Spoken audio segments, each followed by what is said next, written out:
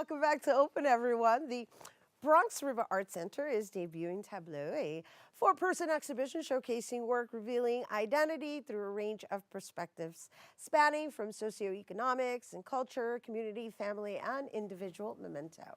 Joining us to tell us more about the exhibition, we welcome Brat Gallery Director Chad Strayrook, artist Elisabeth Smolarz, and Alexa Hoyer.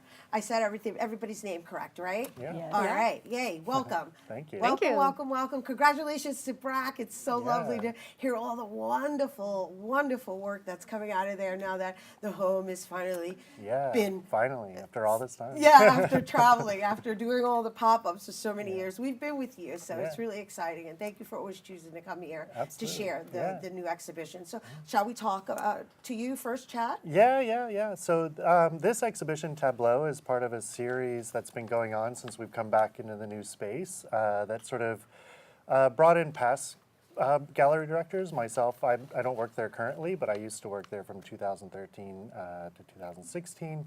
And it's sort of a way of reintroducing the main center back to the community and about the sort of visions of like the programming that's going to go forward into the future. And so this show, Tableau, is four different artists that sort of documents identity through these different perspectives, from a sort of larger macro perspective of culture all the way down to a more sort of individual, personal perspective.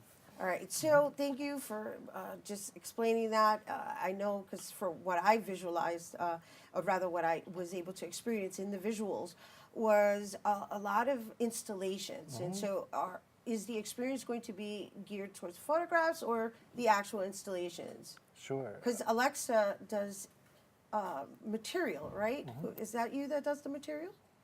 Well, there are documentations of window displays. Okay, Yeah. right. Okay, so who does the window displays? The window displays are, there are three Cuban decorators in Havana, and they work for the state, and they decorate all of the department stores and shops in La Habana. And so, through your documentation, what are you saying? What is the story behind capturing this material on in Windows displays? Well, when I first noticed them, it struck me that they were kind of like, almost looked like a contemporary artworks in some of them, and they would look very different from the kind of windows we see in the West, in New York, or anywhere else, really. And so I went again, my second trip, and I ended up meeting the three people and found out that there's actually like, they have to work with a lot of limitations and, not having a lot of resources to be able to do these kinds of windows. So they have to come up with a different kind of technique. So the project is called Montaje al Aire. So it's like a kind of air montage, which is something that they actually developed. So they call it that, and it's like a technique specific for Cuban window decoration. It's okay. We're looking at some of the images now, and it's very interesting because it does loan itself to kind of being abstract art. Absolutely. Yeah, that's nice. Very nice. I personally love color. And so all of these were taken in Cuba? All of them are taken in downtown Havana. They're all part of department stores and shops that were pre-revolution shops.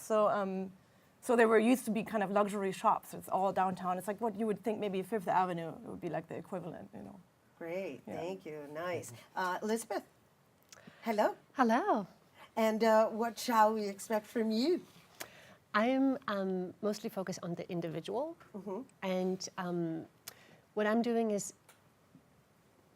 I'm collaborating with individuals, and I'm asking them what are their most important objects. So if I would ask you about an object that, let's say, you would be devastated if you would lose it, what would that be? You're asking me now? Yeah. Oh my gosh, off the top of my head, I would have to say one of my crystals. Yeah? Yeah. And why is that crystal important to you? Well, because they kind of create the energy in the space in which they are. And when I carry them, you're wearing crystals too, so you can relate. You understand exactly what I'm talking about. Yeah, so we all have objects that are really important to our lives. And because my family actually immigrated twice, one from Poland to Germany, and then I immigrated again to the States. And we always carry certain objects with us that we simply feel not like ourselves without them. Right. So for example, I have my grandmother's Bible. I don't read it and it's falling apart, but I would never throw it away. I will always have that Bible. And so you're also doing photography capture, right? Yeah. And I understand we have an image. I saw an image of, I believe it was a caridad with like a little stuffed animal next to it. Exactly, and that is someone who lives in the Bronx. I just photographed her. She's very young, there's a lot of innocence in that picture, but also she also has been through a lot. So that is also captured, hidden in it as well. And what's lovely is that you can kind of see that there is youthful energy in Absolutely. the image, Yeah. not just because of the stuffed animal, right? Because La Caridad is the one that also carries the kids, so I get it. Yeah, Yes, absolutely. love that. Yeah. And so I believe we have another image of yours. I just want to see if maybe we can get that up and talk a little bit about that, and then we can kind of just put it all together and bring it home into all the different artists and what people should expect. Here we go. And this is someone who lives in Brooklyn, and in this image, this is a person that is middle-aged. So you can really see also the items that she kept from her childhood or were given to her by her father, grandfather. And so did you line that up, or did she design that as some type of altar that you just captured? No, I'm asking people to arrange it because there's a hierarchy between the objects, right? So maybe the crystal will end up not being the most important one. Maybe there's other objects that you have that are actually much more important than the crystal. Why do I sound like I'm being commissioned? I know. I think you might have to be part of the project. You have to be part of now you have to be part of the project since we're talking about it. Oh, no, it's lovely. I love that you're capturing people's keepsakes and then Exactly. bringing it to Like life. heirlooms, Yes. mementos. We keep, essentially we keep objects that relate to time in our lives and to people that we love. And sometimes there's a wild card. So people have, I photographed this writer once and he insisted on putting his glasses into the picture. Right. Although they're completely replaceable, but he was saying like, oh, these are my eyes. Without the glasses, I'm not complete. That's lovely. So thank you for everything that you've shared.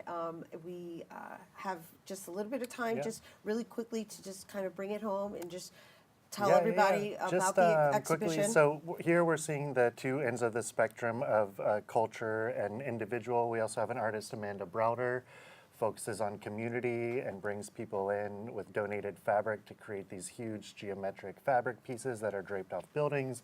And Chloe Bass, who's investigating her relationship to growing up in an interracial family.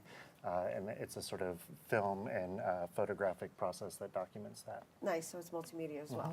Thank you. Thank you all for being here today. And you guys, the Tableau exhibition, the opening reception is actually taking place today, April 5th, from 6 to 9 p.m. at the Bronx River Arts Center, which is located at 1087 East Tremont. And the exhibition will be on display until May 25th. And for more information, please visit bronxriverart.org. All right, stay tuned because Bobby C's Weekly Sports Roundup is coming up next.